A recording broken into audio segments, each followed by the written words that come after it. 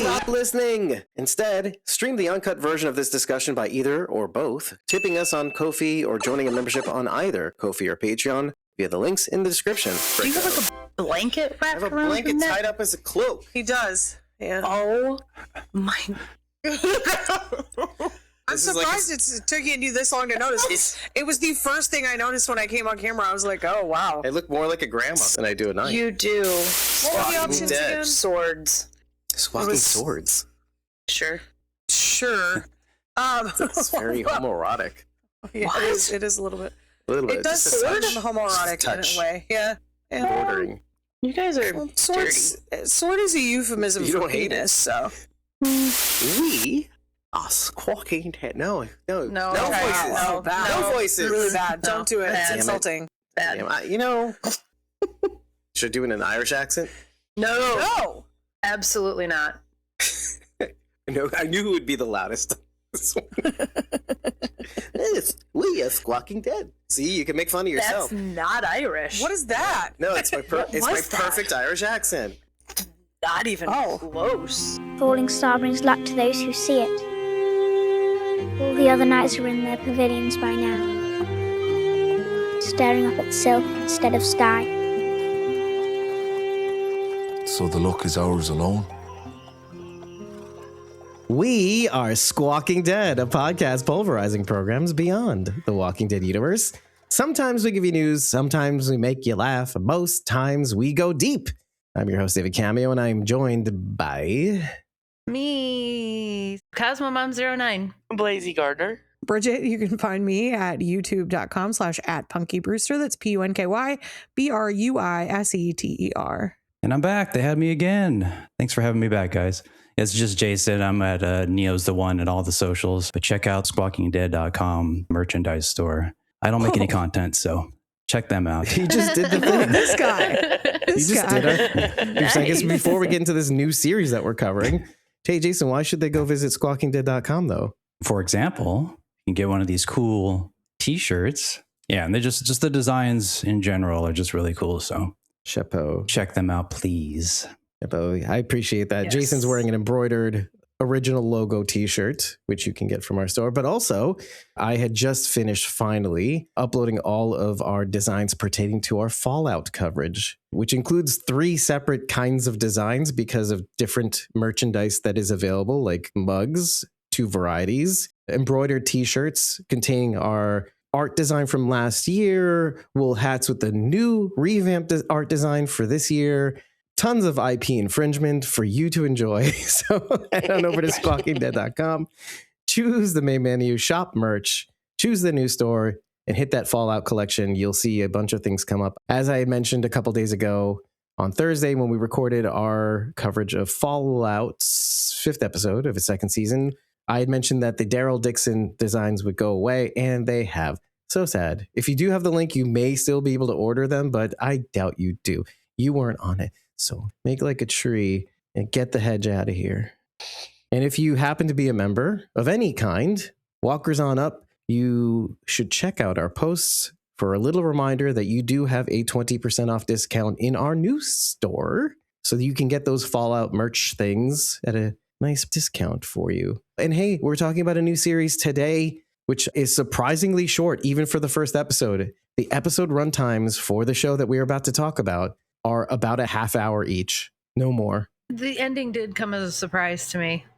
This one was the exception of 43 minutes. The rest of them are about under Oh my 30, gosh. 33, about that length. Wow. Holy cow. And what is the series that we're about to talk about? Well, it is A Knight of the Seven Kingdoms, a mouthful to be sure. It is not The Walking Dead, Daryl Dixon, The Book of Carol, Shamalam and Ding Dong, K Things BBQ. But hey, we're here. We're talking about its series premiere titled The Hedge Knight. It's the second spinoff of Game of Thrones. The first one being another one we've covered, which is House of the Dragon, which we covered a year and a half ago, isn't it? Might have been. Yeah.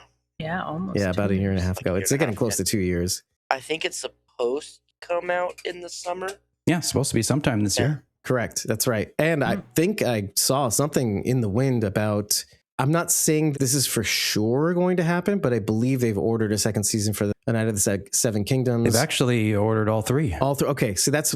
Yeah. I thought that was right because the plan is, at least, this is like the Welcome to Derry plan, almost exactly. Their plan is to kind of roll it out through different stages of Dunk's life, essentially, or Dunk and Egg's existence, basically. And these are going to be very short episodes, which are a little easier to produce. So I think the next season, if you want to call it that, with these short episodes of 8 each, is going to be in 2027. So that's really why they're doing this series this short this way.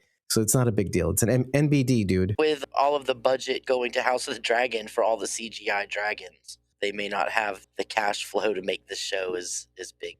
But yeah, I guess necessity is the mother of invention.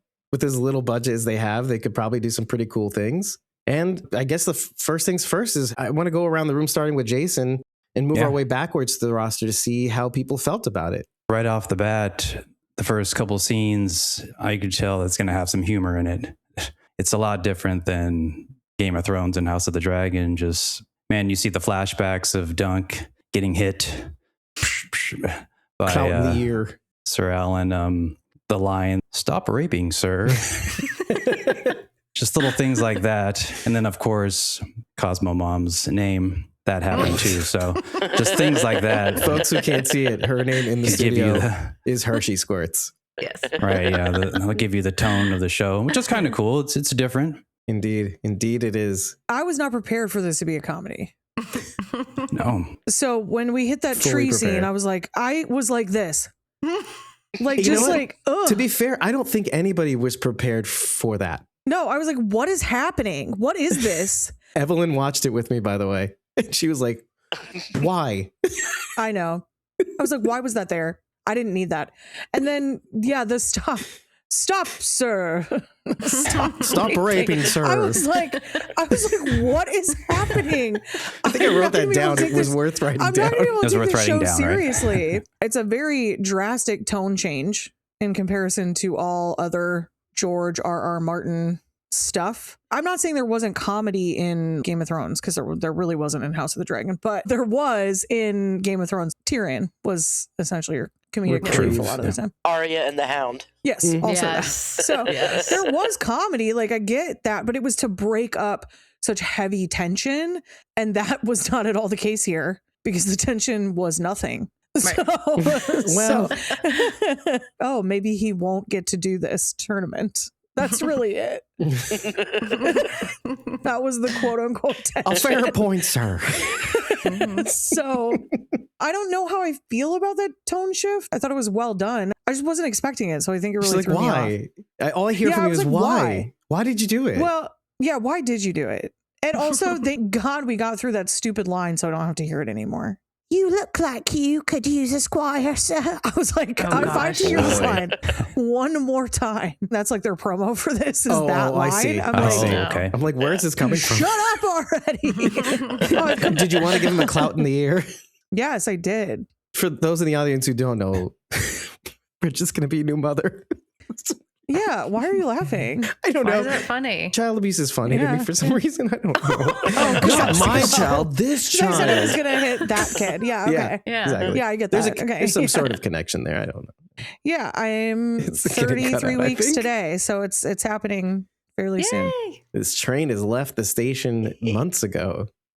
Yeah, it did. I'm not going to say I didn't like it, but like my name says, I think I really missed the presence of I dragons think you in should it. change it to spoiled on dragons because Yeah, what? after So a with glut you of guys talking about dragons. humor, I think that might be part of it because I like the edgy and the grittiness of Game of Thrones and House of the Dragon. When Better Call Saul was in pre-production, they actually considered making it a half-hour comedy, and I'm seeing like this is what it possibly could have been. So maybe they took that idea and ran with it. I think I just want something a little edgier. Maybe it'll get there. Like Bridget said, there were no stakes. At the end of the first episode of Game of Thrones, they pushed a little boy out of a window. So we had brother and sister action going on in the very first episode. So this is like very vanilla. Like this is for new Many faces of people who Rachel want to right get now. into it. You know, I don't know. And I appreciate the humor, and it was cute. Like you're saying, the stop raping. So I mean, that really was funny. I'm just not sure about how I feel about it being more humorous than I'm going to stab you or burn you with dragons. I don't know how else to put it. Listen, sometimes we need violence to exercise the violence that we wish to commit in life. I'm not a violent person at all. No, But, that's you know, why, maybe though. Is maybe I'm living vicariously watching dragons burn people because I Yeah. can't do it. So It's soothing. Exactly. It releases the tension in life. Mhm. But I do like the guy that's playing Dunk. He's doing a really great job. When he kept banging his head on the door. Oh, I actually Yeah. held my hand up just to be like, oh, that hurt me, even Right. though I'm so short. Yeah, that would never happen to you, David. No, Don't worry. but I felt it. That's how good it was. It's like a Knight's Tale It was glitzy. oh yes, it's very much without giving the that popular energy. music, Mhm. Yeah. without David Bowie. Yeah. I can see that. Without fourth wall breaking music. Yeah, exactly. Yeah, he's kind of Alan Tudyk-y in a way. You know? Yeah. Yeah. Yeah. Okay. He needs to meet a Mark Addy. Maybe that's the little guy. Maybe that'll be the Mark Addy guy. Yeah. Yeah. Is Alan Tudyk with the authentic accent. Got Yeah. it. I had very, very low expectations going into this. I'm going to be completely honest. We've seen Game of Thrones. We've seen House of Dragons. So I felt like I knew what we were getting into. We know the drill. We know the routine. We know what to expect. And this like absolutely just shattered all of those expectations in the best possible way. It was very funny and I did not expect the humor. I absolutely love the humor. I'm a little bit worried that it won't continue, to be honest. I feel like that first episode was funny. It's going to draw you in and then probably get a little bit more serious, like Sharon said. So I really hope that they continue this comedic trend because we talked a little bit about the opening scenes and the lines in the beginning, but this entire episode was hilarious to me. Every single scene had something funny happening in it. Between the two girls who were doing the Oh yeah, I loved them. guy, those girls were hilarious. The girl pretending to be dead. I don't know what they were doing, but I want to know more about it. Is he king, Lionel? Whom? Is he king? Sir. He's a knight. Sir? Sir. Oh, he's Well, not. Lord. Lord- He's a Lord Baratheon. Right, the Baratheon's what's throwing It me says off. he's So a I'm like, sir, is he though, king? which is weird. Okay. Does it? Okay. Yeah. He was hilarious. Love him. I hope he's in every episode. He could be the main character as far as I'm concerned. I love me some Lionel. I'm very, very happy with the comedic energy that they're bringing, and I hope it continues. I'm just not sure that it will. She's very pessimistic on the humor front. I am. You have every reason. From my understanding of the little bit I know about the books, I think they're more like a lighter read than Game of Thrones. I think there's going to be bigger stakes and stuff as it goes along, but To I do Bridget's think point. that it's going to remain a little on the softer side. I like that because when I watch TV, it's to escape the anxieties of life. I don't want to watch a show that makes me go, no, thank Wait, you. what? Say that in words? No, never mind. It's fine. Words. I'm shocked that The Yeah. Walking Dead is your favorite show. Right. Actually. I know, I'm right? like continually shocked I by know. that. I know. But again, though, there was a lot of levity in it. There were the comedic moments and zombies, so can't beat that. Who doesn't like zombies? My favorite boyfriend is a dead person. Anyway. But Glenn is the love Okay. of my life is the dead one. I don't It's know. a weird voice you're No. doing for Rachel. I I know. That's how Stephen Young sounds. Okay. Sharon, you were saying?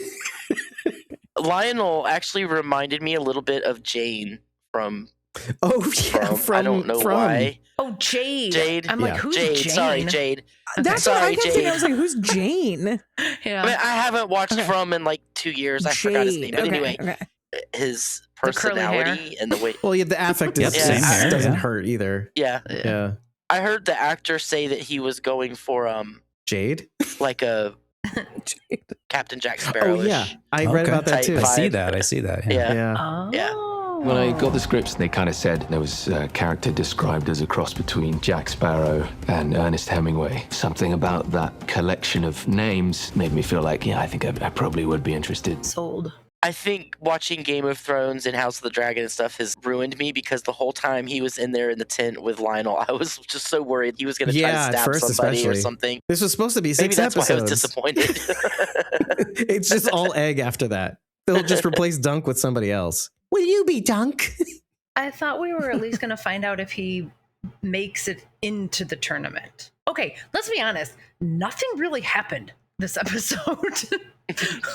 all the stakes are super, super small. Really. In comparison to what we're used to in this universe, Right. this is Well, he nothing. tried to sign up and they said, no, somebody needs to vouch for you, basically. So then he goes to try and find the guy to vouch for him. Can't find that guy because he's sleeping all day, apparently. Because He's got very his serious toes- gout. Because Yeah. his Gout. toes hurt. He's got gouty toes. Yeah. So he can't sign up for the tournament. We don't know if he's in the tournament. That's it. Nothing happened. There you go. Nothing happened. That's it. I do have a question, because obviously the guy he was following around, Arlen. Right. Arlen. How does one become a hedge knight? Well, that goes to the title. How does the title relate to what we saw, which is called the Hedge Knight? If you're a knight, you can knight anybody, but that doesn't mean that you're aligned with a house. Correct. But was he a hedge knight, the knight that he was below? Sir Arland of Pennytree. Or Arlen yes, Pennytree. thank you. There's a possibility that maybe there was like a house of Pennytree and it got There wiped is, out yeah. somehow. There's a crest Oh, on the okay. shield. Okay. So he lost his okay. patron or whatever, and then Okay. he became a hedge knight. Okay. Okay. His crest is the thorn tree that he's always sleeping under, and the penny that is in the hilt of Sir Arlen's Yeah. sword. Right. Oh, yeah. I don't know the You can history, mention the but I'm penny. sure that's Copper. probably what happened is somehow the family Copper, yeah. probably lost their holdings or whatever. Yeah. The longsword had led me to believe that there was some sort of financial success at one point to have your longsword hilted personally. That would cost more than just like a regular longsword. So I figured there was some sort of financial thing had changed, but I just was like, how do you become a hedge knight? And then what are you even knighted, dude? Because I feel like you're lying. So we can get into it now, actually, if you want. But so a hedge knight is a knight without a house, essentially, right? Is that where we start? Yeah. Right. Which means, of course, the joke being told and why they're called hedge knights is because, well, they don't really have a place to sleep necessarily, or like a base of operations, generally speaking. They may have a home, but they don't have a house. Wait. What's his name a hedge knight then? In You mean Tyrion's guy? yes. He's a sellsword. See? Okay. Oh, I was that cutting guy. Charity off at the pass. Okay. He doesn't claim to be a knight. Thank you. He wants to become a lord, though. He's like a Right. hired Okay. bodyguard. He's very ambitious. He's very much a mercenary. Yeah. He wants to have the lordship, but he could care less about being a knight. That doesn't matter to him. Got it. Okay. He just wants the money. He and wants to skip a So couple a hedge steps. knight, It's more honorable than a mercenary your would King be. Arthur type stuff, right? Okay. I don't know for sure, but my guess is that you can be taken in by a house as a hedge knight. You can prove your worth or whatever and be I taken would in. think so. So basically, they're like mercenaries, but they're not fighting for money. They're fighting for honor or to be taken in by another house. Yeah, they're or not whatever, interested in I having guess. title or land Yeah. or whatnot. Or I don't know. I guess their Right. whole thing is their ideals. It's their recognition. It's their honor. That's all they really, really have to their name. Maybe some riches. Until they get the money and the houses, and then they're all like, "Oh, let me be a lord now, and I'll knight some other people to go fight my battles for Hell me." yeah. Basically, Oh, yeah. It's Yeah. like the world's oldest pyramid scheme. But it's like a reverse. yeah, one. yeah. yeah. So you start from Okay. a weird place. So I didn't know that this was a book like the other shows. Is it a Sharon, you short said story, you didn't or is it- read the books? But Jason, did you? No, I didn't. I'm just Oh, okay. from the research that I've been doing. Yeah, it's based on these 3 novellas, Okay. Yeah, oh, 3 novellas, okay. and that's why the episodes are so I think short. the Also, Hedge Knight is supposedly, one. Name it's of the first one, but right? after that, I'm not sure. I forget the other 2, but yeah, short novellas. That's why the episodes are so short. I supposedly you could read this Hedge Knight in like 2 hours. So I wonder if these 8 episodes are going to be covering just that novella. Just the Hedge Knight, just the first book. Yeah, Yeah, of the okay. novellas. Oh, okay. each Okay. Is anyone season going will to be read it? each book. Okay. So there's enough material for 3 Bridget's seasons. like, it do I sounds have like? to read it? Yeah, Do I? Okay. Should I read it? I mean, I can. I can, I guess. Would you? I didn't want to be like I was with House of the Dragon, where I was like, "This is how it's different," and it didn't do this. But And we like that. I'm waiting Oh, for this okay. to Oh, happen. well, I have no Yeah. buy-in No. on this franchise, so like I could do that. That doesn't bother me. Yeah. You enjoy this world. I'm like, whatever. I'm like, To whatever. you, this world It's is sacred, fine. Sharon. To Bridget's It's no like, Lord of the oh, Rings. this is You know what I mean? This is like Bridget playing The Last of Us. Like, The this is Last just of Us. work. I don't like doing this. Yeah. To I be fair, give I was up. like, Karina, "Ah." come on the show. Talk about this. I have to keep playing to keep up. No, it's because I did not want to play part 2 at all. I had zero desire to Right. play part 2. We were so excited for Karina to Don't come make on. me love a character and then kill him, okay? No thanks. Daddy Pascal. And you watched The Walking Dead? What? Yeah. Also, fair Yeah. point. Yeah, that's fair.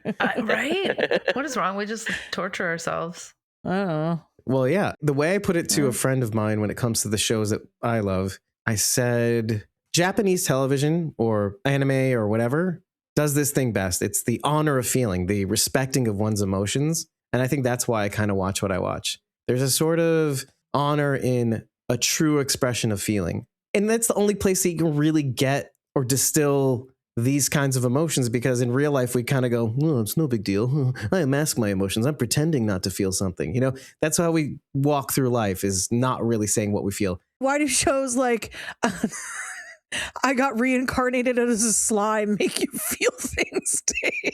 How dare you? I love that series. Actually kind of did. It's actually pretty good. I'll give you that. Okay, there's the other side of it, which is like, well, this is dodgy. American audiences, they're not used to this. Okay, well, my favorite one so far was How to Pick Up Girls in a Dungeon. So I like that one too, but also a little really dodgy. good. Also a little dodgy. Oh, in some this places. like super, like what is It's very why? Japanese. Yes, it's like let's that's just all we can say. sexualize If you know, you know. all the women. Anyway, Yeah, that whole thing. Yeah. It's Shh, fine. don't give up the ghost. It's fine. Wait till you watch Moshoku Tensei. Holy S. So David's first I watch impressions. whatever my husband Don't watch puts me it. on, Just so, no. it's good. He but just don't. puts on. It's a he lot. just puts on anime, and I'm like, "What is this?" And then I watch it. Tell him to watch That's Moshoku it. Tensei and say Dave is a pervert. No thanks. There's a story behind it, which is actually good, which is really screwing with my head anyway. Sorry, I got him off on an anime tangent. I'm so sorry. Okay. So that's why I like watching television. I like to feel something, but I also like the genuineness or the earnestness of feeling. And this, Duncan, is walking sincerity. There is a innocence about him. And of course, which is why it makes sense that he picks up this kid. He doesn't want to, because at least he tries at first to see the world in the same way that we do when we're growing up. Well, I really like playing video games, but a real adult doesn't really play video games, so I guess I shouldn't. Some people say. I don't know about you guys. Okay. Yeah, I don't say that. I'm pretty sure Jason No, I doesn't don't say that either. either, but okay. Well, in the stable, he's kind of like, well, I like this kid's style, but a knight ought not to be humiliated in this way and his stuff abused. And so he's like, no. And then even in the tourney, he's just trying to make himself out to be more than he actually is, which going to the dubiousness of his knighthood, which we never got to see, which the way in which he describes it is, yeah, he saw the robin in the tree. And we all know that that moment where he saw the robin in the tree was when he was pooping. So there was a tree and there was a robin and he was pooping, got the squirts, Hershey squirts. Mm-hmm. And that was his knighthood ceremony after he'd buried his master, his knight. I don't know, what do you call that? The sign-up guy called him a master. Right, so. right. There you go. Well, so are we in agreement on the turn of events, at least on this front, is that his I his don't knighthood think he ceremony was the actually pooping? knighted. Yeah. Yeah, he Yeah. lied. Like for sure, sure. right? Agree. Yeah. That's obviously, yeah. We never find out in the stories, is what I keep seeing. Okay. He's innocent enough It's never that revealed. he could be telling the truth, like wholeheartedly. It's just such a earnest and naive way to look at life, to be like, well, I'm saying that it happened, even though no one was around. You should believe me. It's just not the way that the world works. So when that guy's like, well, if you're not telling the truth, then we're going to sit you on a spike or whatever. I was like, oh, He's literally a that's really child, horrible. isn't Yeah. If you 'cause tell a he's lie, so- we're going to sit you on a pointy thing. He's so naive. He just kind of stands there. So the fact that he's so vacant in that moment, it's like, well, he could be telling the truth, I guess. I just assume my natural instinct is like he's a liar because he's human. The Ashford chair. Yeah.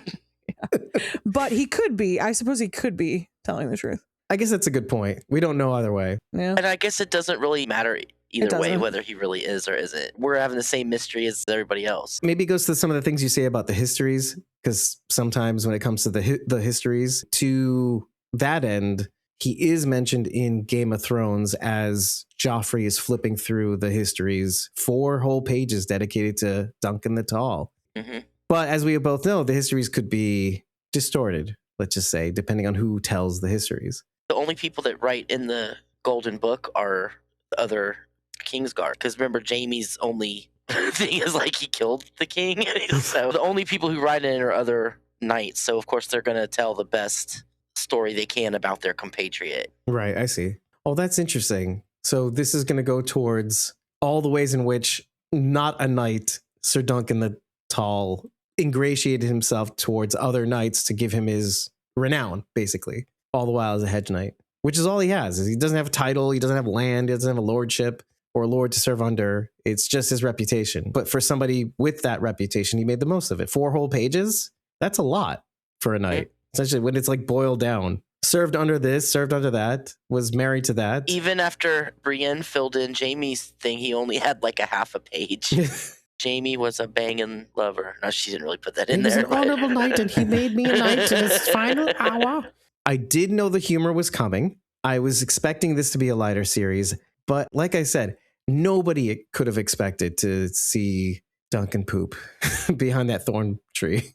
Right. Nobody could, which is kind of like, oh, you thought you had any expectations of what this could be. Even those of you who thought that this was going to be a lighter series, we're just going to show you how light it's going to be at times. I feel like it's going to flip the genre on its head, where it's going to be mostly humorous, mostly absurd, kind of like Fallout in a way, where, okay, this is a ridiculous universe with undertones of a serious story underneath of this, where things could actually go pretty wrong or very, very spectacularly right for no good reason, which is kind of funny in itself because life is absurd in that way. I think that this is like a fairly stable time in the kingdom. There's no great wars or anything going on because this is after the time of House of the Dragon, 89 but before years? the Game of Thrones. They're right in the middle of when the Targaryens were not fighting each other. The Targaryens were like the rulers. I'm not saying there wasn't stuff going on, but there's no like major wars or anything going on. This is fairly stable. Yeah, you're correct. I've seen something too. It's after these two civil wars had happened. So you're right. The dragons have been gone for probably 50 or 60 years. For almost 3 generations, basically. And you're moving to the 4th. This is the 86th or 89th year post the events of House of the Dragon. And it's, I think, 86 or 89 years until the Game of Thrones universe, basically. It's roughly 200 years, Yeah, we're but basically right in the give or middle. take. Yeah, exactly. Bears mentioning, I guess, which explains also the kind of the naivete. But I will say this much. What I've really, really enjoyed the most is how prevalent this theme appears on the show, but in its own unique way. And it's the whole power resides. And I think this has always been a Game of Thrones thing, but people really didn't hone in on it until near the end, how power resides in those who are willing to accept it. Part fake it till you make it. It's also exactly what the innkeeper says. Knights are built the same as other men, and I never know a joust to change the price of eggs. How them up there, maybe it's true that if they sneeze, we all catch a cold, but at the same time, their affairs have nothing to do with the common folk. Rarely. Wars can happen and all that stuff. And maybe, like you said, you're 3 generations removed from war. You know, dragons are all but over. The Civil War's done. 50 years later, how does that change the common folk? Don't tournaments feel frivolous too? Or bred in circuses? You've got people who are living day to day, just trying to survive. And then you've got this concept of this extravagant championing for people. And it's like totally unnecessary. There is no war. There is no reason for it. You add on top of that a system in which royalty exists and frivolity is for only the top of the top. Just seems like you would kind of feel like, well, this is dumb. You guys are like wasting your time. You're saying who is this for? Yeah, like what for what? It's not for us. Well, a modern day equivalent is the NFL. You got a bunch of rich guys banging into each other to entertain the masses. Sure. And you're right. Like entertainment is a purpose. But if you don't buy into that entertainment, then... Well, then would it be more like golf? You're also looking at it from today's perspective. You have to put yourself in the place of people who, when they have a joust, that is exciting because they never get to see anything or do anything. But this exciting for lady whom? like doesn't feel that way. She's like, what's the point of this? Sure, because she sees the worst of the worst coming through all the time. She has engagement with the public. Whereas if you're a farmer living on a farm, you never see anybody or do anything. She's like a bartender. She sees everybody at their worst at one point or another. So she's got a different view because she knows. But if you're a farmer or just a serf or a peasant out there, you don't know any better. And it's exciting to go to these things and see the rich people jousting. And you can dream. If one day if I work hard, I can be those people. We know that's not true. They don't have that. Executions were also viewed as entertainment. Oh yeah, sure. That was very exciting, but it's the same thing. It's because they had no other choice. It was like, I can watch this cow eat grass or I can go watch this dude get hung. Isn't a tournament an elaborate execution? I mean, let's really... It can be. It can be, but... Someone's going to die. Yeah. I mean, it happened. You didn't have 3 or 4 people die in jousts all the time. It was fairly rare considering they were running at each other full tilt with spears. But yeah. It was more like pugilistic, so it was supposed to be to knock them off the horse, not really to kill them necessarily, except when they got off the horse. The spears weren't pointed. Right, exactly. You still have them shatter and splinter, and that's what happened to Prince Edward the Black in the Wars of the Roses, the Lancasters and the Yorks. His lance shattered, and the piece of wood went through his visor and killed him. Oof, rough way to go. You're riding your horse full tilt at each other with spears, with sticks. So, which, okay, going to Lionel's point, he's so. Let me just remind the folks of what he was saying. People say that jousting was invented 4,000 years ago of the current era or whatever. But I say he's basically saying it's the activity that was born of the gods, essentially. Now that we're talking about it, do you think maybe he was being tongue in cheek? Maybe he didn't feel that way? Maybe he was just drunk. Oh, well, that's true.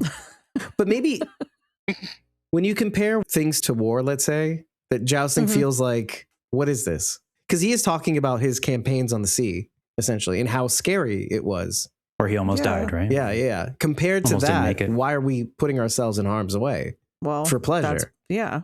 Well, you got to look at the feudal medieval system.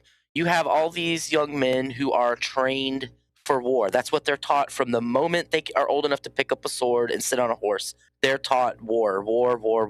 But then when you don't have wars to fight, they have to have something to do to channel that energy. And use those skills. So that's why you have jousts and tournaments and stuff like that, because otherwise you just have these guys who have all this bloodlust and they have nowhere to put it. And that's when things start to go really bad. So maybe to your point, let's agree that Sir Lionel Baratheon is a very perceptive fellow, at least with respect to Dunk. First of all, he sees him across the room because it's hard not to see him because he's so tall. Who is this guy? Second of all, he sees something in Dunk. He sees something inside him, whether it's a toy to play with or whether it's a glimmer of something more, like adventure, is what he actually says, the actor says. And he wants him involved in whatever his life is currently engaged in. I think in a way, because of that perception, do you feel like he sees through the BS, that he's seen war and he also sees the tournament for what it is? Because it's within the context of, yes, it was on this very meadow, Ashford Meadow, that jousting was invented.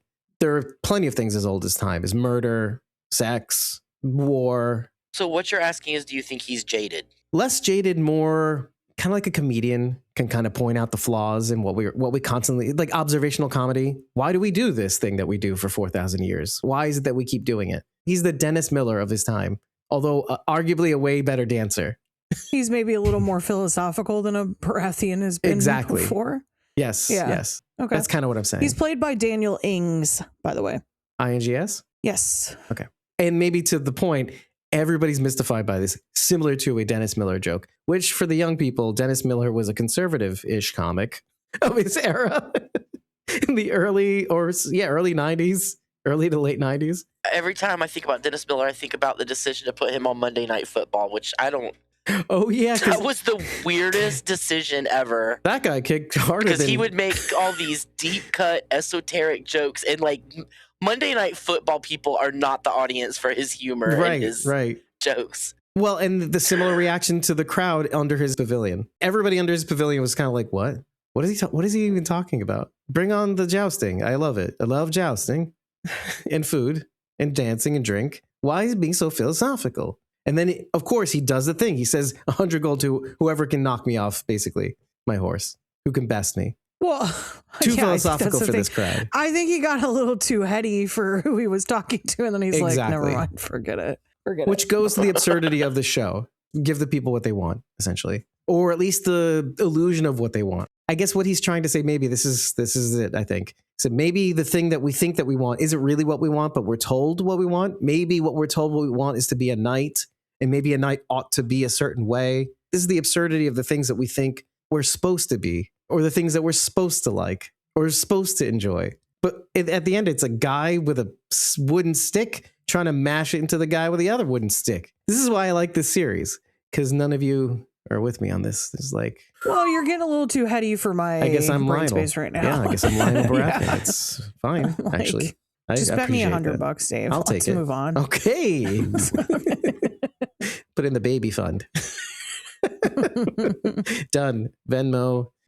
Hunky Brewster. ko-fi.com/at. No, not at. Not at. Not at.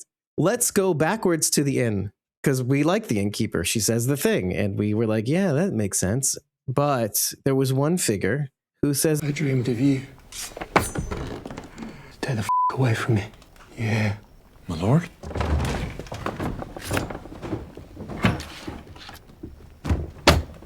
Oh, yeah. That Yeah. was super weird. wasn't that weird? What color hair did he have? He had some pretty light colored hair, I see. Interesting. I wonder what family line he's from. He's probably Yeah. not a Well, he Dadari. dropped Yeah, the Dadarian. gold coin. They're all He was gingers. wearing gold and red, which are the Lannister colors. Okay, yeah, that's true. That's true. That's true. Joffrey's great Great. uncle or something. And we use the word great loosely. So apparently, this guy has a name. He does. Is anybody interested in knowing who this might be? We don't know for sure, but he might be this guy. Yeah, lay it on me if you want to skip ahead. Well, we do Then know this skip guy's ahead. a Targaryen because of the coin he gives the innkeeper. Yes. Right. Which Targaryen? Well, according to the wiki, Aegon. it's Daeron You're not a Targaryen. 50 They're all 50 Aegons, shot. right? Yeah. I'm just kidding. You got I'm just 50-50 kidding. There's shot. like 50 Aegons. Right, let's not get started. So Daeron is going to be a character that shows up in House of the Dragon this season. Alicent's kid. Alicent's youngest son, and he has a blue dragon whose name I can't remember. So I'm assuming this is Ancestor. named after Daeron. Well, yeah, aren't they all called Aegon? Mm-hmm. Or There's a lot of Baelor, or- Aegons. Yeah. There's a lot of Baelon. Aegons. It's like 50% of them, Dave. Yeah. It's like half of the kings were all Aegon. Aegon the first, Aegon the second, Aegon the blue. So yeah, Daeron Targaryen, the first thing that jumped out at me is what he said. I dreamed of you. Get the F away from me, you Yeah. Irish guy. Maybe he's one of Helena's descendants. I because was she's a thinking the seer. same Right. thing. Yeah. The Dragon dreamers. dreams. Mm. Yeah. Or they have dragon dreams. Yes, Dreams of Dragons. It's like a ambient music track or album. Dreams of Dragons with Moon Dancer. I would listen to that before I went to I know, bed. right? It sounds great. So apparently Daeron is Roar. the firstborn son of Mekar Targaryen and Diana Dane, the current ruler, I think. As of now, I think Mekar the second Targaryen, or Maekar, Maekar, Maekar. It's like I don't remember Balon that name. Maekar, maybe. There's more in that wiki, but I'm just going to leave it at that. So connective tissue. Then where does egg or Aegon come from? The egg to his dunk. We don't know if he was talking about seeing Dunk in his visions or if he was talking about seeing Egg. Oh, that's interesting. Well, I was just thinking that maybe egg, or maybe Daeron was The outcome of following everything. egg or trying to hunt down egg, maybe. I have a theory about Egg. Mm-hmm. Go, okay. Egg is saying that he's from Westeros. King's Landing.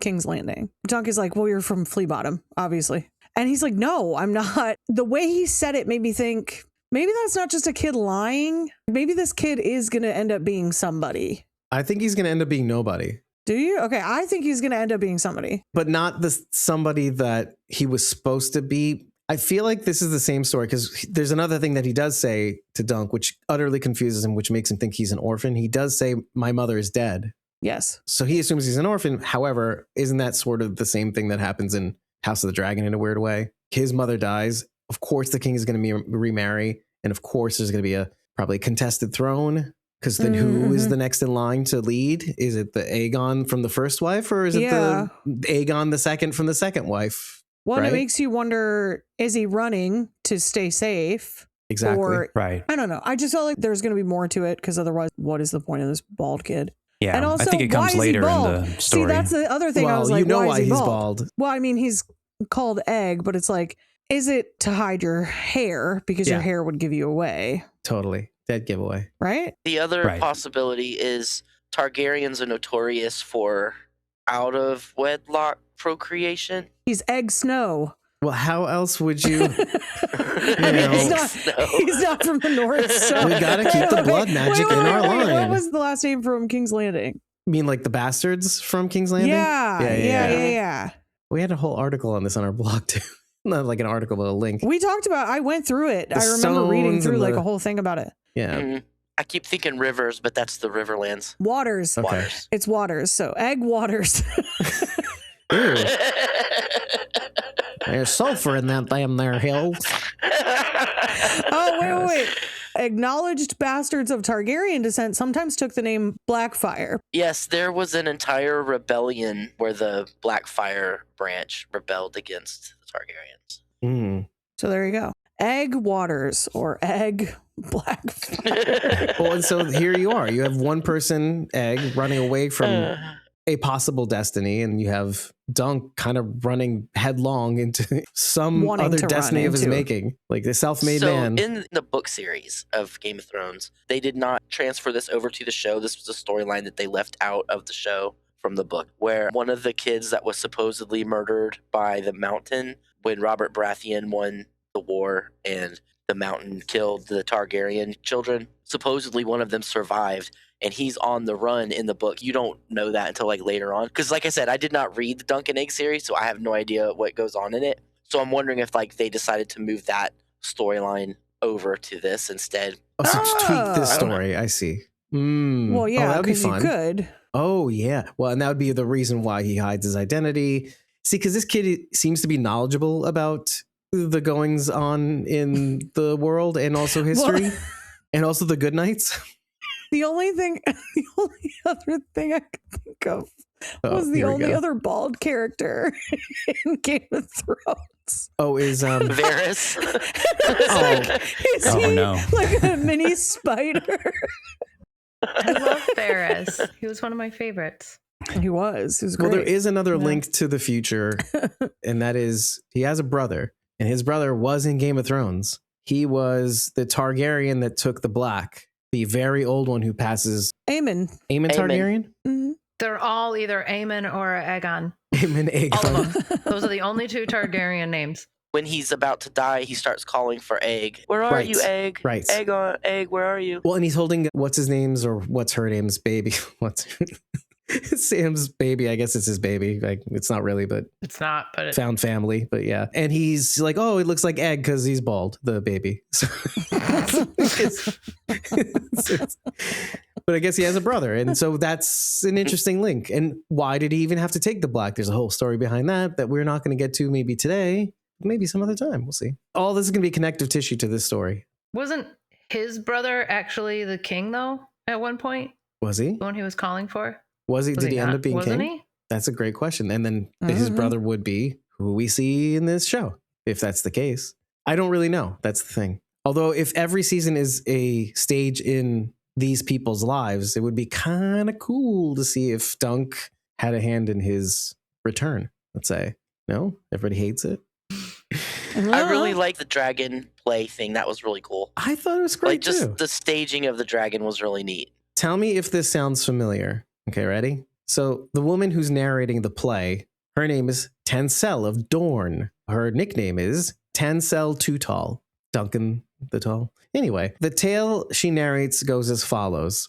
Our brave hero forges on, leaving all he knows behind. A father and a friend, Arlen, may seem the world unkind. Fate has set his lonely path through corridors of chance. A boy from nothing risks it all, ignoring looks askance. Perhaps he's only stupid, holding fast his mirror shield.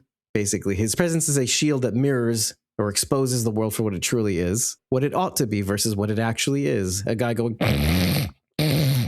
That dude was gross. That was a little He funny. was. Yeah. Great honor his ambition must keep a truth concealed, right? He's concealing the truth that his knighting ceremony was a poop fest. For if his humble shape is bared, a foul and fiery demise, wait for it, should the dragon, the Targaryens, discover none but a man in great disguise. She's basically narrating his tale before she knew he even existed. In House of the Dragon, when they do the sowing of the seeds, when they get all the Targaryens to come, and The sowing of dragon seeds. I think this was a dragon that they're not really getting into, but one of the knights went to go after that dragon, and he had a mirrored shield. And he tried to use the mirrored shield against the dragon, and he ended up cooking him to a crisp, and he died. Right. So that I think that's the story she's telling is I that heard one. differently in that story. Oh. That he used the mirrored shield and he was able to spear the dragon in the eye. It's I been don't know. 3 That's what years it's- since I've read the book, so I could be wrong. I Okay. just remembered the You're mirror thinking King Yeah, George, shield part. And I said, Jason. I don't know. Yeah. Just when I I was have doing no research idea. about the play that we were just talking about. Yeah. yeah, I remembered that there was the mirrored shield was one of the knights that tried to get one of the wild dragons. Someone had thought that that play was talking about that scene where the knight used the mirrored shield. But then I've also heard that it had nothing to do with that. So I don't know what the play was about. It's basically like all media. It's like if you can adapt it to match the feeling of the current moment. So like you're basically saying it's Duncan's story basically, and the dragon is the Targaryen, and if he's going to face off against a Targaryen, and also he befriends a Targaryen that he doesn't know is a Targaryen, well, is he going to upset Egg? And maybe he'll face off against Aegon? We don't know. For now, I'm enjoying the show. Rachel, to go to your point, I too am concerned that the humor is going to go away, but just given the Hershey squirts, I'm just thinking, oh, this is how it's going to be, folks. It's going to be absurd. Maybe it's going to be absurd in a dark way, but I think it's going to be overwhelmingly humorous. Absurd. I hope so. You know how in a way Ulf at the dinner table in House of the Dragon, how he's kind of being rude and stuff? Yeah, prepare for more of that. Yeah. This is absurd. This whole thing about honor and title and lineage and all that stuff. This is absurd. We're all built the same. Why can't you see it? No, tradition, honor. This is what you're supposed to like. This is what you're supposed to be like. We're going to see that Duncan is going to carve his own path. Power resides in the hands of those who are willing to accept it. And he's just going to expose everybody for who they are. He's a fart in the wind, this Dunk. What is clout to my ear? Just like hit upside it's like the a head? sound. Clout. Oh, okay. I kept picturing him like shoving something in his ear. Oh no. It's also called, like, you ever heard some say, I'll box your ears? It's kind of the same thing. Yeah, that's exactly what I was thinking. No, I've not heard either of those turns of phrase, though. I'm like, what are you putting in his ear? It's window dressing violence. It's No, obviously, I knew that it was violent. Like, it was clearly a threat of some kind. But it sounds a lot better, right? It's not like I will make you hurt. A mental image of... It's a little clop to the ear. It's a little clippity clop, like you're a horse, but it's a hand. And it okay. Ka-clow. Right. See, Sharon is doing it. Right to the. We are the knights. He's got coconuts and he's banging them together. Yeah, perfect timing. I think what lends also to the humor and also exposing these people for who they are is the distance between the Reach or the lands of the Reach, which it's not terribly far away from King's Landing, but where they are relative physically currently to where King's Landing is pretty far south. So they're in the southeasterly part of the Reach relative to King's Landing, which is likely equidistant-ish to the north. No, it's not. The north is a little bit further away, but distance does play a hand in how close you feel the boot of royalty is to you. So it would lend to why Dunk can get away with being Sir Dunk like an idiot. I'm just Sir Dunk. It's very honorific. It's where I come from. That's an honor to shorten your name to something that's a joke. So you can sit on your Ashford chair and spin. Wow. Save me. That's an image. I was less than pleased with that conversation between Dunk and the sign up. Oh, plumber? Guy. Sure. I'm just now learning. Because he just plumbs the depths of his snot with his sinuses. Are you calling him Plumber, or is that his name? His name is Plumber. Okay. I feel like there was a lot of modern language used in that whole conversation. I kind of felt that way. Yeah. And it took me out of the time period a little bit. You didn't take notes. Could you cite any examples? I know. I wish I would have. If I cite, you would not allow me to cite or quote anything because they were almost all curse words. And the way he used them, I felt were very modern and not of the time. Well, I think the whole scenario was meant to break you out of the normal formula of Game of Thrones. He's the steward of House Ashford, which shows you how big this house is technically, or at least he's trying to impress his lordship. Okay, but that doesn't make him a time traveler to no, but that's what's so funny about it. Pick up dialogue from our century and then take it back there is what I'm saying. I don't know if I would say that. Would you say?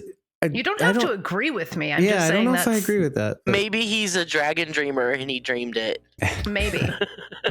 There was a lot of like F's and A's and just what he was saying too. Dunk didn't really come out of it for me, but just that guy, the way he was saying, what he was saying, I'm like, sir, I don't think those words exist the way you're using them yet. I don't know. To be I am fair, amused by the way this isn't a world that together. doesn't really exist. So Fair, it but doesn't have I to mean, follow. medieval times were a real time period. Yeah, they were. We didn't have dragons or anything. So. No. It's not the But same. the time period, I mean, if we go back to that. The F word exists as early as the 1300s. Medieval times. Right, but I don't think they were using it the same way we do now. I think they were doing it, not using it as much. Exactly. Yeah, Doing it was the cited. edging. It was cited as a sexual reference as early as the Exactly. 1300s. Which I've heard is a dubious... So nobody's going to say like F off. Maybe not. Not back then is what I'm saying. The word existed, but not the way he's using it. I think the greater point is, and he explains himself later, by the way, why he used such language. He basically explains to Dunk, you would think unnecessarily, but there was a respect for... I know, he's got to sort wave out the them all away. riffraff. Right. He's trying... Yeah, exactly. So he's being very, very deliberate. Yes, maybe the phraseology is pretty modern, let's say, by your Maybe standards. I'm not explaining myself well. No, I understand. I'm not mad that he was so cursed. But it's the phraseology. It's how he phrased these terms that didn't seem like it belonged in this time curse all period. you want. Like, I love a good swear word, even though just David like won't let the me use pooping them. scene, this also broke me out of the show. So par for the course, the shit course. Sorry, I said it. I said the S word. Wow, it's such a. Well, now I have to bleep it. It wasn't jarring enough for me to notice personally. No, to Rachel's point, it did jar me a little bit though too. How he was just concertedly trying to ward him off with language, just like the poop was trying to ward you off from the show initially. But again, this contrasts, in my opinion, how he could have just not responded to his feelings whatsoever at all. Because Game of Thrones universe is so goddamn cruel. But when he was just like, oh, like Dunk was just kind of walking away sheepishly, he actually responds to his sincerity. And he says, like, I'm not trying to be the bad guy here, man. Just you need credentials, man. I'm just trying to do my job. It's all an act. And I don't know how to phrase this without sounding bad. The whores of House Dondarrion were also the same way. They were like making fun of him. They're like, you're like us. You're a whore too, but for all these other houses. Because when you go to war, they need hedge knights. And you're disposable, as evidence later on in the episode when actual Sir Manfred says, I don't give a S about you. He's like, yeah, you're just like us. You're a whore. So even he was like, you don't have to insult me. And then they're like, well, if we don't do that, you won't understand how serious a predicament you're putting yourself in for what? Are you sure you want to do this? You're going to kill yourself for this? Well, it's just because he's so naive about the whole thing. They have a good point. But even when he was talking about his decision to himself at the beginning, he was like, what choices do I have? Right. Stop raping, sir. Yeah. At least in his head, anyway, if he dies as a knight, then he'll be remembered in song and he'll have an honorable death. Whereas I can't remember what he said his options were, going to the farm or begging. Yeah, thievery, right. What's my choice? Yeah. Because he can't go farm because he doesn't belong to a house, so there's nowhere for him to go. So in his head, he's like, if I die, to your point, doing this, at least I'm honorable, and they'll write songs about me, and I'll be sung in the taverns. Will they though? In his head, I mean, in his head, that's what he's thinking. Well, and there is kind of like a sort of a Pascal's wager to it all too, isn't it? Because I don't know if he's actually thinking this, but he is pretty anxious about what he's about to do. He's like, well, why not? Might as well go for broke.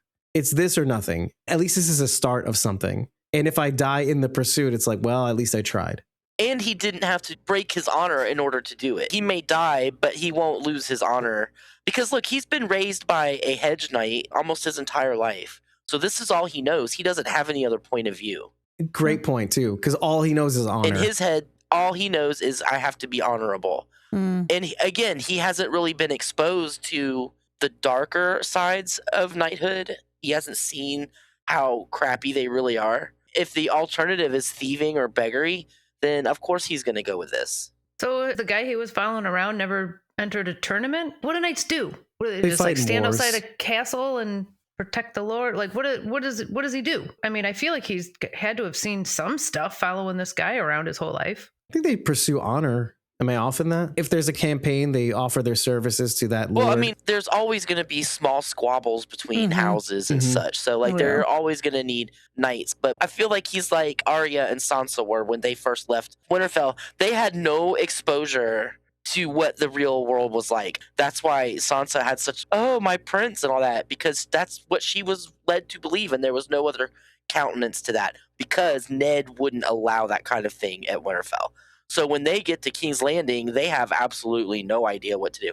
Arya, she adapted. She was fine. He's very naive and not very experienced, and so all he knows is honor. I would have to say he probably is willfully ignorant too, because you have to imagine Arlen's been dragging this kid around as a squire everywhere, and he's just like, well, whatever. Or maybe filling in the blanks with, like you said, naivete or something like that. But he generally didn't have to really care about the comings and goings of what Arlen did. I clearly know nothing of the knighthood or what they do on a day-to-day basis. But yeah, I mean, if he's been following this guy around, I imagine he has been exposed to a lot of the world, or at least that specific world. I think he also fills in the blanks too, because there's one specific moment where he says, He always meant for me to be a knight one day, as he was. Am I to be a knight one day, sir? As you are? he just like eats the thing and spits it out. Like, so he's making it up. He's like, absolutely. I know, he doesn't even answer him. I was waiting for him to be like, no. And he has such interesting affection for Arlen, but it feels, at least from the flashbacks, it's somewhat unearned, that maybe he was more of a burden than anything else. But again, maybe that's the best you can hope for as an orphan, is that this guy happened to take care of you. And yeah, it's like a less absurd version of Thaddeus taking care of all the children in the Sunset Sarsaparilla factory in Fallout. Kids would be dead by our age.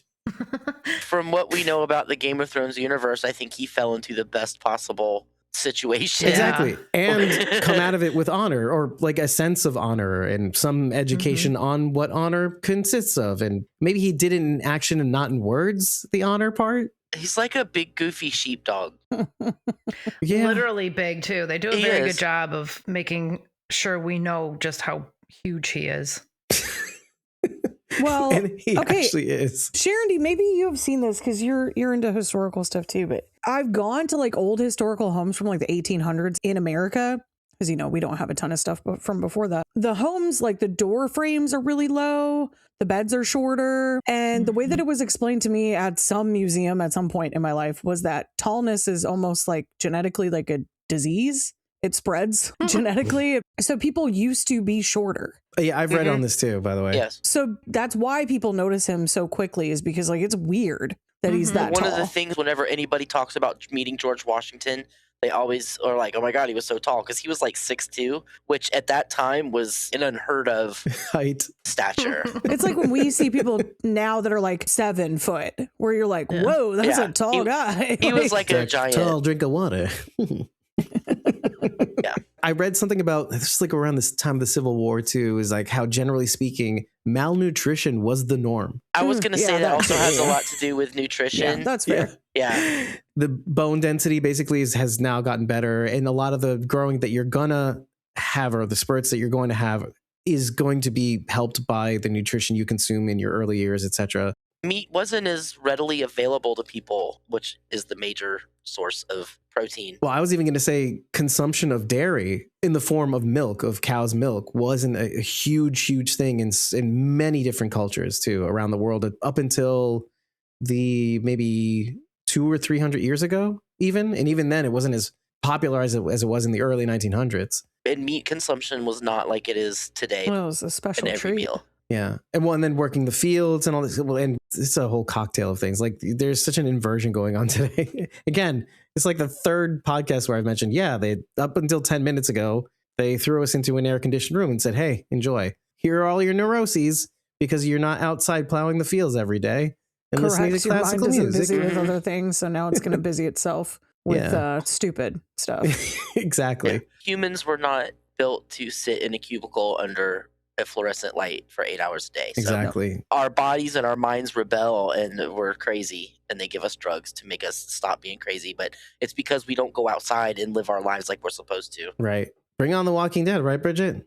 Anyway. Hell yeah. I have another question. When Dunk meets Lionel, and Lionel's like, where's my gift? You didn't bring me anything. Why didn't he offer him one of his horses? Man, that's all he's got. You're so much smarter than us. You're the guy who says, why didn't you see the wolf behind him? They're so stupid. He's got 3. Yeah, but horses were like Really expensive, uber right? valuable. Yeah. Especially with one as a war horse. That one dude gave him a knife that he refurbished. The horse is not even close to the same. In those days, horse theft was punishable by death. They would hang you for stealing horses. Because I was sitting here like, me, modern Sharondy, and watching this, and like he's tying his horse up, and I'm like, well, somebody is going to steal your horse. Yeah. But then I was like, same no, thing. because horse thievery was literally punishable by death. They would hang you on That's the spot. interesting. I'm so caught. glad I know that now. And how are you going to prove it? Excuse That me? white palfrey, The honor. that was a very noticeable horse. Yeah, because that is Yes. for slow riding, which is a very rare thing to do. Whenever you read about women back in that time, they always ride palfreys, and it's because they're slower, more statured Comfortable. horses. Yeah. Interesting. And then his other horse was a war horse, and you're definitely not going to get rid of your war horse because Mm-mm. It's your bread Riding. and butter. Well, that's The battle. that's As a hedge knight. everything he has. This longsword that's not even his. He's dressed like a farmer, and he has these horses. Literally, the horses are his only future investment. That's the only thing that he knows. Push comes to shove, he could sell a horse and live off of that. And he says, "I could For eat 3 like a king years.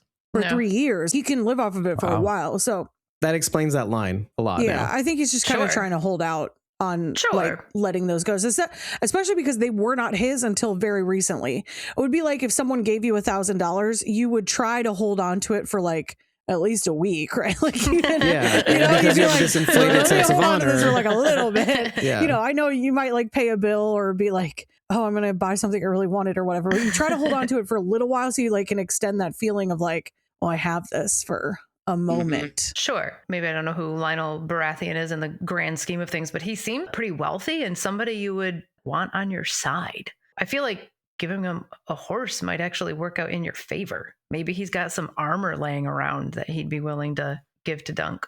So that whole exchange was actually really, really pregnant with meaning. I haven't used that term I in a long hate it time. when you say pregnant. I know. I really I don't hate it like so much. It's really Bridget with meaning. So when it comes to this series, though, that whole exchange is really the crux of, I feel like, this series. Because he goes, even Lord Catherine over here, Yeah. he's struggling to pay rent on his fiefdom. His people starve in the winter. Exactly. And even he scrounged up something to give me. That doesn't make sense, first of all, for us. You're thinking, you don't have money to pay your bills, and yet you're putting this valuable thing just for the sake of honor. Let's say it's honor. Let's say Well, it's telling us it's that this guy's important. yes, but also tells you something greater about the world, that this is the world that we live in. We live in a world where perception is reality. And if you are perceived to not be doing this honor tradition of gifting me something, then you are perceived to be not worthy of your house. It degrades you, basically. Meanwhile, your people are starving. Also, Yeah. perception is reality. It's not what you see underneath the surface, it's what you see on the surface. And so, Dunk, now, what you see on the surface is, I'm Sir Dunk, maybe? But in action, you may see something different. And maybe people respond to that. And Lionel certainly did. He's like, I came here for supper. Oh, this guy's a rube. Oh, boy. Oh, this guy's going to be fun. That's actually a good answer. Yeah, I didn't think of that. I'm used to dealing with people who don't say what they mean. I like That's it. the whole Yeah. point. That's crazy. But he's right. We see this in Game of Thrones all the time. It gives me constant anxiety, especially with a new series. You're like, wait, what's he going to say? How's he going to react? Right? You were all like, how's he going to react to this? Oh, is he going to be in trouble already? What? Things were going so well. A house is even worth as much as a horse. Probably. Think about it. in that time, a horse was your livelihood. This is kind of like one of those high He's trust sitting pretty society. with 3 of them. Yeah. So what do you? It's kind of like you've come into riches, but you don't know how to, because you have to maintain the horses. You don't know how to take care of it. You don't even know what to do with all that wealth. Do you even see him hemming and hawing necessarily about having these horses? He knows that he has them. He's not going to let them go, but he's not really troubled by his sudden windfall. Do you know what I mean? He's not like, what do I do with all these horses? I've never had so many. Well, I mean, I feel like his plan is to just keep going like they were before his master. Right. So I think it's Like, interesting he's to just know, gonna- considering the wealth that these horses provide. We have to feel the gravity of the riches he's just come into. But even those riches, just like Egg, are a responsibility. He just inherited a Mercedes, a Lamborghini, and a beat up Toyota. Exactly. Wait, what? What are the horses bad? The third horse is like a pack horse, I feel. Oh, so he's like, rely. What'd you say? Beat up. Look pretty good. It's not glamorous, The but it'll car, get you not the by. horse. Used Toyota. It's brand new to him. Anyway, speaking of power resides in the feet, men think they reside. The dance, little dance between Dunk and Sir Lionel. Yeah. What did you Yeah, make that of was that? fun. He was like the Charlie Brown dancing in there, like. I was like, what is happening? They're like, is this how white people dance? It's really weird. Yeah, Old white people? As someone who is white, even though I don't always like I to mean, admit it. Actually. Yeah. he danced like he'd been living with an old man and 3 horses his Yeah. whole life. Oh, yeah. so. That's 100%. Do you feel like Lionel was trying to teach him how to dance by way of stomping on his feet? Felt like I it might think have he was been. testing him. Thank you. Yes. He was testing him to fell see into what his is trap, what is this guy Jeremy. gonna do. No, Duncan my- fell into his trap. It's true. It's true. 100%. And what do you think he was testing him on? I think he was footwork? flirting with him. Oh, Will this guy stand up to me, or will this guy give as good as he gets? I was also thinking he was trying to test his tourney skills too, because he wanted to be listed. Well, and Lionel wants a worthy opponent too. He mentioned that a few times. Yeah, If you're gonna fight somebody, man, make it worth it, type of thing. right. If we're gonna do this every year, Yeah. Yeah. this thing that we don't know why we're doing it. I wonder too, like as naive as I think he is, if people will continue to underestimate him, and that's going to be really why he shines as a knight. He's tall. He may be naturally physically gifted. We're not sure as of right now, but he's dressed like a farmer. So it's like everyone's like, this guy's a freaking joke. And he's a hedge knight. People just tend to underestimate him due to how like earnest he is in the way that he speaks. And he's kind of goofy and gangly looking, I guess, to other people. They're probably like, look, Sticks out like a sore guy. thumb. Yeah. I can easily see the sincerity becoming a threat too, because if everybody's doing the whole perception is reality thing, and you have this guy who's completely sincere and he's making waves, and people actually kind of dig his vibe, well, then if power resides in the hands of those who are willing to accept it, then that's a huge threat for people like them who just think they have to do the outward things to keep people in line. Don't you think? Think of the Targaryens and all the notoriety that they have behind them, or the lore that they have behind them, and the lore kind of is reinforced by the people's fears of these otherworldly magical people. But once they find out that they're not really that magical, and I think we're going to get to see that encounter. Actually, we already have with the drunk Targaryen at the bar, the firstborn son of Maekar. We're going to see another few Targaryens, I think, in this series that is going to be kind of interesting. And if, like I said, the whole narration that Tencel, the whole narration about him meeting the dragon or getting caught by the dragon, which is the Targaryens, that could be interesting to see. We can go on and talk about Dunk meeting up with Manfred when he finally meets the Dondarrion Manfred, that right? he was looking for. Targaryen. Is it Manfred? Yeah, it is. That's my spelling error, just like last week when it was lick instead of luck. Yeah, that was wonderful humor. Licky. Yeah. Did I Licky, miss that? Licky He finally 38. met the Spell guy check. taking a nap. Yeah, the guy he finally meets up with him, and he loves making the world's gingers, one of his things. How did He I wants to miss make the that? world red. Oh, wait. So as he exits, yeah. No, I remember the He's girl the guy at the saying end that. that's like As he no, exits the why would I do that for you? yeah, why would I recognize your No, I title? totally that- missed that. I don't even know if they say his name, but the reason that you know is because the 2 whores that were at his tent leave the dance hall with a man. So you're like, oh, that must be him because they're his. Right. So then and when they're he both goes, redheaded. yeah, when he goes outside, that's when Dunk follows him and is like, hey, you've been asleep all day. Oh, He says, yeah, I completely missed Help that a brother scene. out. My master was there with you, and you were slaying the Vulture King in the Red Oh, Mountains. Also red, by the way, that's just our thing. We just, anything red, we slay it, is in a manner of speaking, you know? Yeah. Beric Dondarrion in Game of Thrones, he was the man that the Red Priest brought back 6 times. Didn't he have like an eye sash Yeah. over his Oh, eye? Yeah, an eye patch. that guy. Yeah, eye Okay. patch, or if you remember him. Yeah. Mhm. Full circle. That's Oh, a yeah, family. he had red hair, didn't he? Yep. Also red hair. Okay, interesting. That kind of also illustrates the differences between, because they're both sirs, Lionel and Manfred. Lionel's a bit more perceptive and aware, and he's keyed in, but maybe too perceptive. Manfred's But like, how weird is this? Because like, if we take a look at those 2 more contemporary versions of these heads of these families, they're the complete opposite of Yeah. who they are now. exactly. You know, Robert Baratheon is a drunk, and Lionel is completely different, much more perceptive. Whereas, but still chaotic. You know. That's really their key defining feature. yeah, The but he's storm. much They're more the storm. perceptive. Yeah. And Well, so it's interesting to see this flip up. Well, Robert was also perceptive too, though. Not really. No, he thought knew he the had game, 3 which is why he kids. drank. He perceived when there were whores around. Yeah.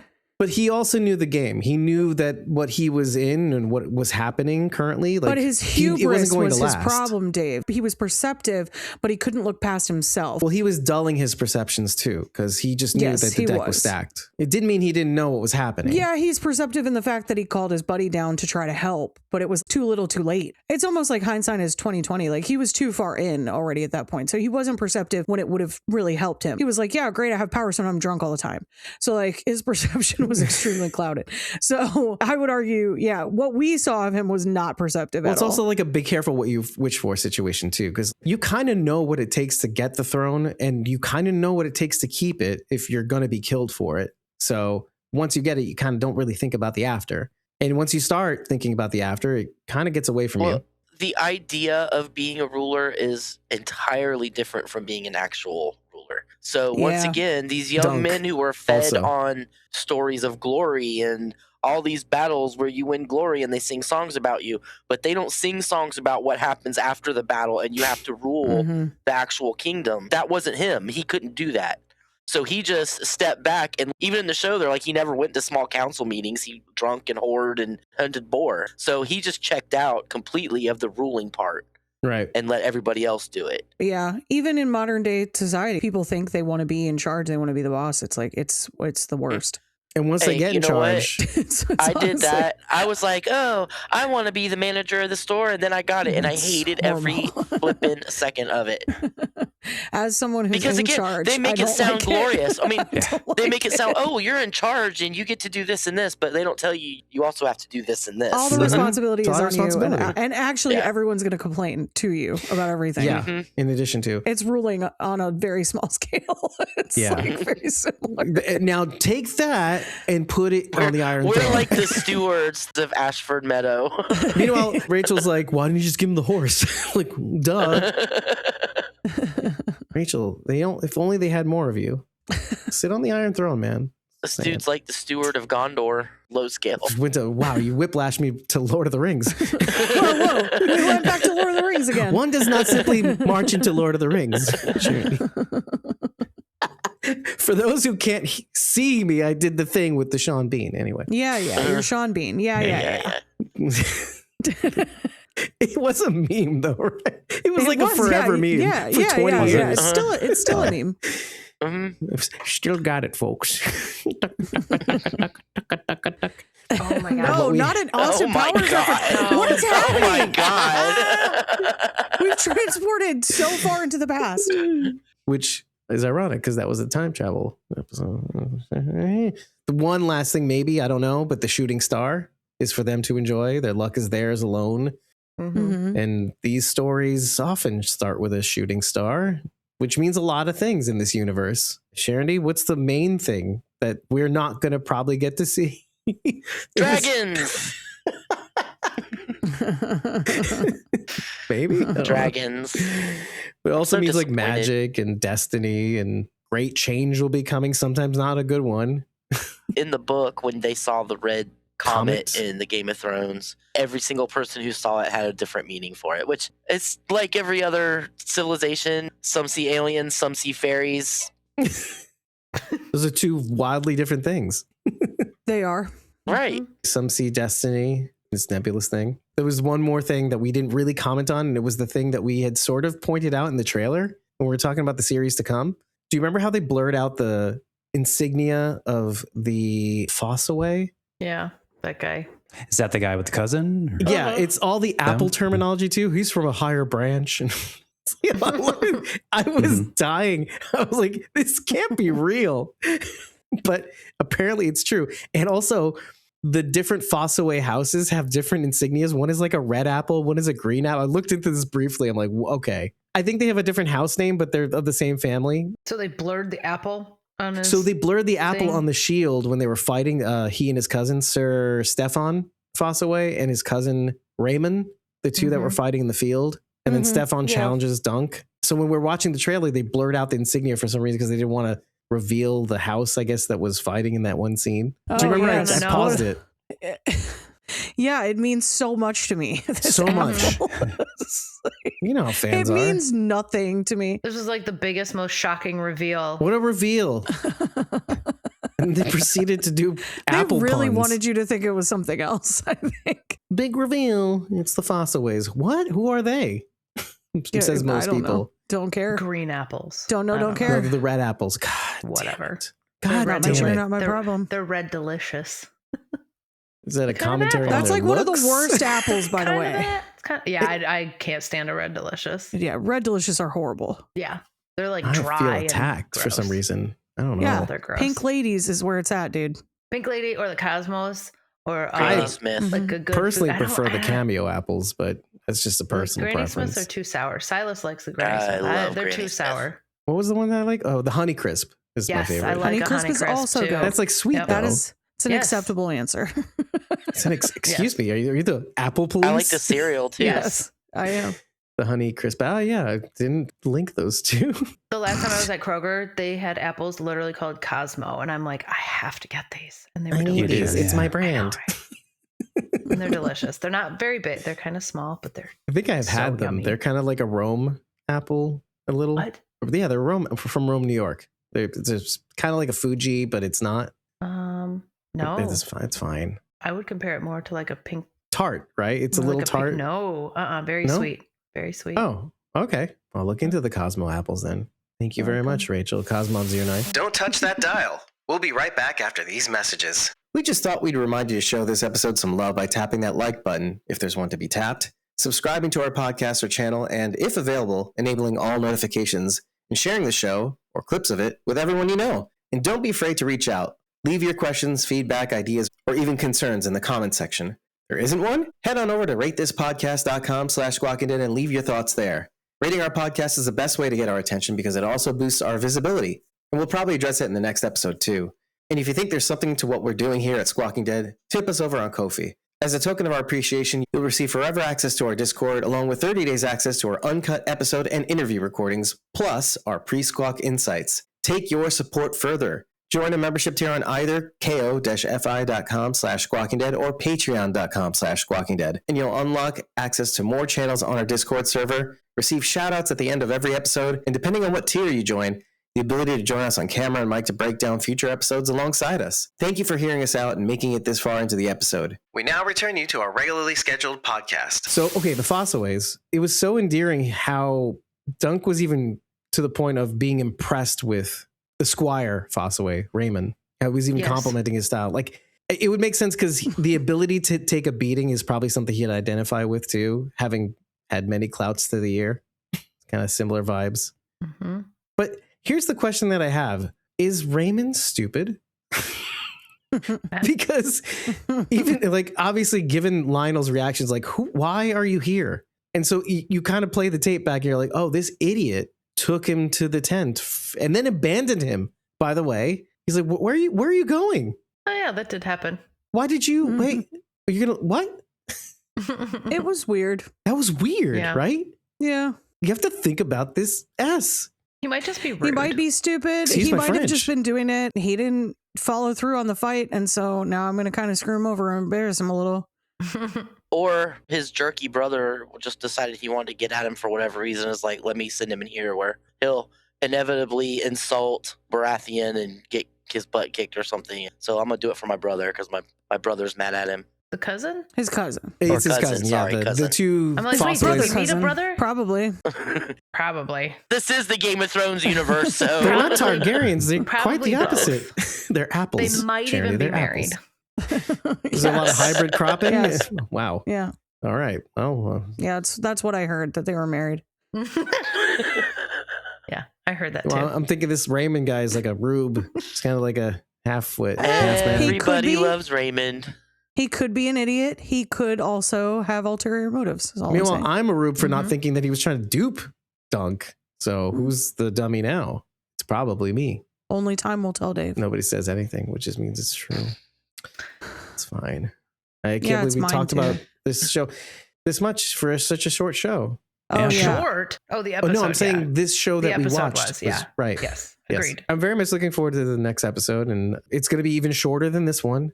which is going to be kind of cool for us covering Fallout and this series. So please tune in next week. Be in the audience.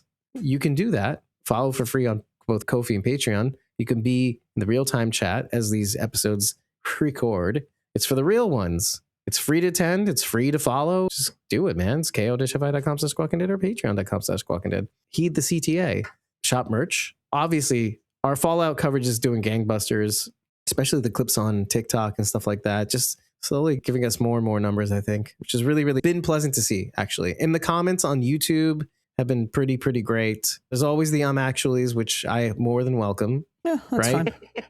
fine. Actually, I expect to be wrong. It's okay. It's so funny how like I just recently got a comment that explained what Karina just said about military grade. So military grade is like it just barely functions. Like, and then they commented after their comment saying, but basically what you said. I said, like, it basically just means that it's basically everything that you just said that I explained. Exactly. Yeah, that was in it. That was in the tickled clip. me so much. It's like the self-awareness was so delicious, actually, and I admired it. So there you go. It's okay. I loved it so much. They didn't actually listen, so it's okay. If you love it, what we're doing this much, you know what to do. You heard the CTA. I've been your host, David Cameo, and I was joined by me, Cosmo Mom 09. Lazy Gardener. Bridget. You can find me at ko-fi.com/punkybrewster. That's PUNKYBRUISETER. And Jason, Neo's the one. Thanks for having me again, guys. Of course, man. Thanks for coming. Being here. Thank you for laughing at my jokes. And yes, I find you funny, David. That way somebody laughs at his jokes. Right. Yeah. We all just stare at him. I'm all here. I'm a hedge knight among the vultures here at the Red Mountain. Most of you are redheads. Get out of here, everybody. We'll see you on Thursday as we record Fallout's 6th episode of the 2nd season, titled The Third Player, the Something Player. Cool. The unknown player. The player that is not the usual set of players. Rachel's gonna lose her mind. Yeah. We'll see you soon, folks. Take Bye. care. Bye-bye. Bye. The way this episode should end is just the rising tone of the Game of Thrones theme. I saw that and I was like, good push. Good. Thank you for making it to the end of yet another episode of Squawking Dead. If you've been here before, and if you haven't, thank you for joining us for your first ever episode listening to us. This one covering A Knight of the Seven Kingdoms, a Game of Thrones spin-off, its second spin-off. As we mentioned, I hope you all enjoyed that. Both the show and our coverage of it. Our future episodes are going to be featuring reactions to the episode and perhaps some insights along the way, including a breakdown at the end of it. So take advantage of that. Watch us watch this show for the first time in the studio. And the only way to do that, as I mentioned earlier, is to follow us for free on Ko-fi or Patreon. We don't post these details on social media. We only update our studio info on our Ko-fi and Patreon for free. You can follow for free. Joining us in the studio is free. Why aren't you doing this? It really, really is the nicest thing. It doesn't cost anything to do. And hey, it's a little gesture that lets us know that you're just a little keyed in to what we're doing. And speaking of keyed in, take your support one step further and either tip us on Ko-fi or, like the folks I'm about to announce, join a membership on our Ko-fi or Patreon. You can get little shout outs at the end of every episode, depending on what tier you join. Even the walkers get visual shout outs at the end of every video, which includes Spotify and YouTube. And among the folks who deserve all our praise is Jason, who showed up for this episode. It's a little perk that he receives for joining the Whispers tier, as well as you can do the same for the Survivors tier. It costs a little extra, but there are more benefits associated with each tier. Jason, like all Whispers, gets shoutouts at the end of every episode and the ability to join us in the studio. You can find him, like he said, on Neo's the One on all the social medias, mainly Instagram. From there, you can go everywhere. That's NEOS, the number 1, HEONE. Other Whispers members are Rob Lucchese, who joined us for the next episode of Fallout, which is already in the can. You can listen to the 3-hour uncut stream from our 6th episode of Fallout 2nd season coverage. You can find him on TikTok via @RobsStuff_N as in Nancy _Thangs, THANGS. Last but not least, we have Kim.Rowley, the number 1, on Facebook. Folks, I really am excited to react to A Knight of the Seven Kingdoms. Of course, this will be a reaction stream, and we'll be doing all our notes and research during our watch, or mostly probably afterwards, since Rachel will kill me for pausing. If you watched our coverage of Revival, you can see the frustration in Rachel's face every time I had to pause, which is why she will be holding the pause button. It's kind of like when you're all drivers and you're in the back seat and you get motion sick because you're not the one driving. That's why we gave Rachel the button. Not everybody's perfect, right? Not everybody's perfect. So join us for that. It's a little dodgy, I know, because, should you be showing the episode in full to your supporters? Well, they're not technically your supporters, but then again, is it? It's dubious, but let's give it a shot. Join us in the studio. If you're not watching the show, you can watch it with us. Maybe it's not the idealist way to watch the show, but here we are. Without further ado, I want to end this episode so I can move on to editing our Fallout discussion. Hope you've been enjoying that. We're going to be watching the penultimate episode soon and breaking that down. And of course, Dark Winds will be coming back in a few weeks. So we'll be having that to deal with as well, right at the end of Fallout. Can't wait to see what they've been cooking. So in the meantime, just remember that we are Squawking Dead.